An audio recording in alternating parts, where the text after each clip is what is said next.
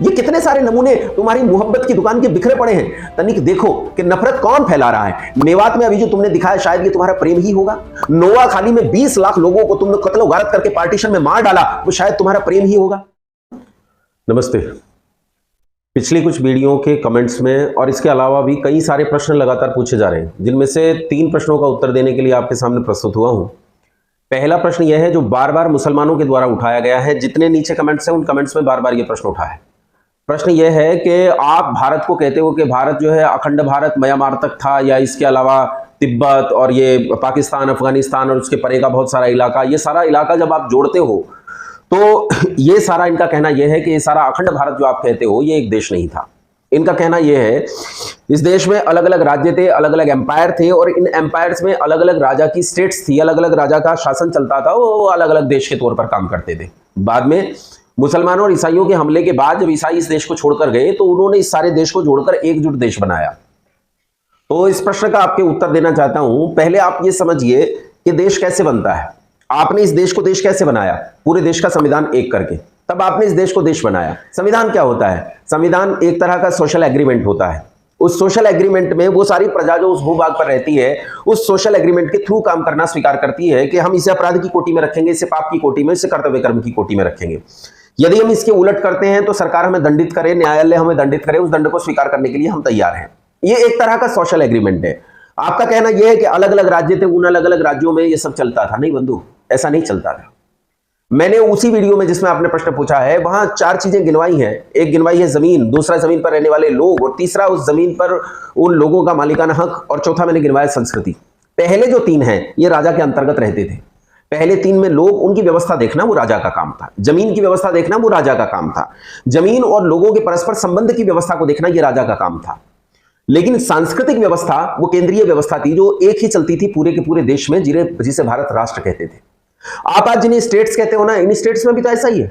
अलग अलग राज्य के अलग अलग मुख्यमंत्री हैं, वो उस प्रजा, उस जमीन और प्रजा के संबंध को देखते हैं। लेकिन उस पूरे देश को एक संविधान, एक सूत्र में जोड़ता है।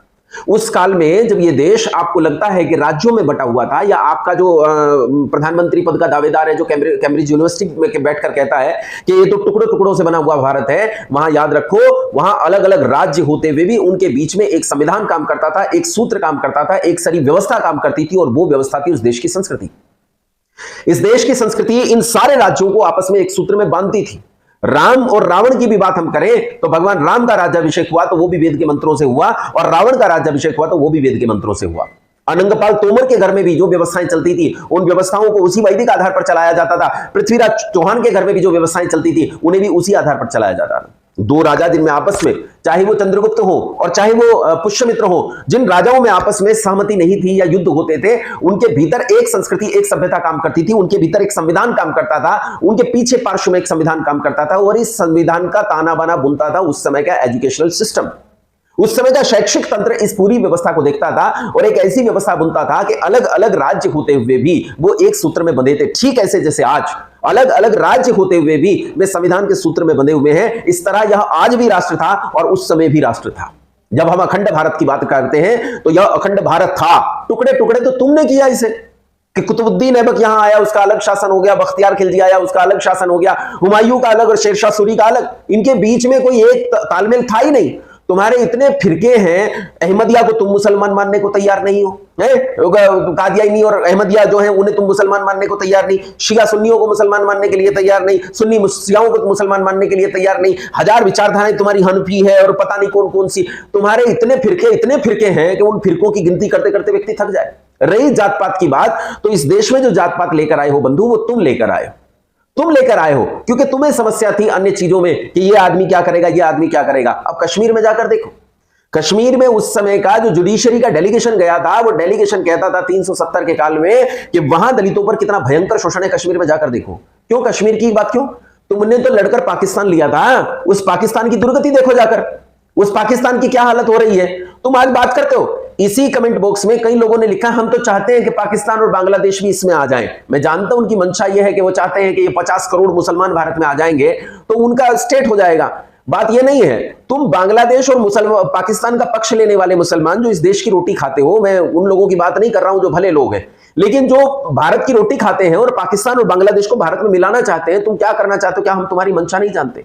ये तो तुम्हारे पहले प्रश्न का जवाब है कि भारत अलग अलग राज्यों का समूह है। भारत कतई अलग अलग राज्यों का समूह नहीं है। पहले भी अखंड राष्ट्र था, आज भी अखंड राष्ट्र है और कल भी अखंड राष्ट्र होगा और अपनी अच्छी गति को प्राप्त करेगा। दूसरा प्रश्न आपका, दूसरा प्रश्न यह है कि तुम नफरत फैला रहे हो, मतलब मैं यहां बैठकर नफरत फैला रहा हूं, तुम मुझे नफरत की शिक्षा दोगे कि मैं नफरत फैला रहा हूं? हैं? तुमने गुरु शिरोमणि तेग बहादुर जी का तुमने सर कलम कर दिया तलवार उठाकर, वो तुमने प्रेम में किया था शायद, हैं? बंदा बहादुर के बच्चे का कलेजा चीरकर, उसमें से उसके कलेजे को निकालकर, छाती चीरकर कलेजा निकालकर उसके मुंह में ठूसा गया, वो शायद तुमने प्रेम में किया होगा। तुमने गरम लाल चिमटा करके बंदा बहादुर का एक एक मांस की बोटी बोटी नोची, वो शायद तुमने प्रेम में किया होगा। है? तुमने गुरु गोविंद सिंह के बच्चों को जिंदा दीवार में चुनवा दिया, शायद वो तुमने प्रेम में किया होगा। भाई यतिदास मतिदास को आरे से कटवाया, बीच में से सीधा चिरवा दिया और उन्हें पानी के और तेल के कड़ाहों में रखकर उबाला गया, ये शायद तुमने प्रेम में किया होगा। तुम्हारी मोहब्बत की दुकान है ना, तुम्हारी मोहब्बत की दुकान शायद आईसिस है, तुम्हारी मोहब्बत की दुकान शायद हिजबुल मुजाहिदीन है, तुम्हारी मोहब्बत की दुकान वो सारे आतंकवादी संगठन है जो इस देश में और इस देश के बाहर काम करते हैं। यही तुम्हारी मोहब्बत की दुकानें हैं। तुम्हारी मोहब्बत की दुकान का एक नजारा ये देखो, देखो जाकिर नाइक क्या कह रहा है। एक आयत जो अक्सर मीडिया में बार बार दोहराई जाती है, वो है सूरह तौबा की आयत, सूरा नंबर 9 आयत नंबर 5, जिसमें मीडिया कहती है, इसमें लिखा है कि जहां भी आप काफिरों को पाओ वहां उनका कत्ल करो। और जब आप कुरान मजीद खोलेंगे और देखेंगे सूरह तौबा सूरा नंबर 9 आयत नंबर 5, उसमें बराबर यही लिखा है कि जहां भी आप काफिरों को पाओ वहां उनका कत्ल करो। ये तुम्हारी मोहब्बत की दुकान है। तुम्हारी मोहब्बत की दुकान के और बहुत सारे नमूने देखो। हम 25 कौड़ है ना, तुम 100 कौड़ है ना, ठीक है, तुम तो हमारे से इतने ज्यादा है, 15 मिनट के लिए पुलिस को हटा लो, बता लेंगे किसमें हिम्मत है, कौन ताकत है। ये कितने सारे नमूने तुम्हारी मोहब्बत की दुकान के बिखरे पड़े हैं। तनिक देखो कि नफरत कौन फैला रहा है। मेवात में अभी जो तुमने दिखाया, शायद ये तुम्हारा प्रेम ही होगा। नोआ खाली में 20 लाख लोगों को तुमने कत्ल गारत करके पार्टीशन में मार डाला, वो शायद तुम्हारा प्रेम ही होगा। बंधु, तुम्हारे प्रेम को तो दूर से प्रणाम, तुम्हारे प्रेम को दूर से प्रणाम है। अरे हम तो वो हैं जो तुम्हें बुलाकर यहां रोटी देते हैं, तुम्हें बराबर की हिस्सेदारी देते हैं, और तब भी तुम्हारे साथ बैठकर तुमसे यह सुनते हैं कि हम इस देश के लोग नहीं हैं, हम तो वो लोग हैं। तुम्हारे देशों में कितने लोग, 17% हिंदू पाकिस्तान में आज घटकर 1.5% रह गए हैं। शायद ये तुम्हारी मोहब्बत होगी, यही तुम्हारी मोहब्बतें हैं। बहुत धन्यवाद, ऐसी मोहब्बतों को दूर से प्रणाम। खैर, मैं तुम्हारे लिए कहता भी नहीं हूं, मैं तो उनके लिए कहता हूं जो इस बात को समझना चाहते हैं। मैं उन सनातन धर्मियों को एक बात कहना चाहता हूं कि जो नीचे कमेंट्स बॉक्स में इतने सारे मोहम्मदों की बाढ़ आई हुई है, और इनकी भाषा देखो, ये देखो इनकी भाषा कितनी सुंदर है। यहां देखो, हर एक में कितनी गाली है, माँ की, बहन की। ये इनकी सभ्यता है। ये इनका अब्बू 1400 साल पहले इन्हें सिखा कर गया था। इन्हें वो सिखा कर गया था कि जो मुझे ना माने उसे काफिर मानो, कत्ल कर दो। इन्हें सिखा कर गया था। 5-5 वक्त ये चिल्लाते हैं चढ़कर ऊपर और कहते हैं जो मेरे अल्लाह के सिवा दुनिया में अल्लाह है, वो सारे के सारे अल्लाह झूठे हैं, वो पूजनीय नहीं है, मेरा ही अल्लाह सच्चा है। ये शायद इनकी मोहब्बत है। इसलिए मैं तुमसे कहता हूं बंधुओं कि इसे मत कहो। ये कहते हैं तुम्हें इस्लामिक जानकारी नहीं है। हो सकता है मुझे इस्लामिक जानकारी ना हो। एक्स मुस्लिम साहिल और एक्स मुस्लिम समीर के नाम से 2 आईडीज हैं फेसबुक पर, यूट्यूब पर भी हैं। आप वहां जाकर देखें। मैं इन नौजवानों की हिम्मत की दाद देता हूं, इनके साहस को प्रणाम करता हूं कि कितने साहस से काम कर रहे हैं, कितने अच्छे स्कॉलर्स हैं, कितनी बढ़िया इन्हें जानकारी है। इन लोगों ने उनकी शिकायत कर करके उनकी आईडी को भारत में बैन करवा दिया।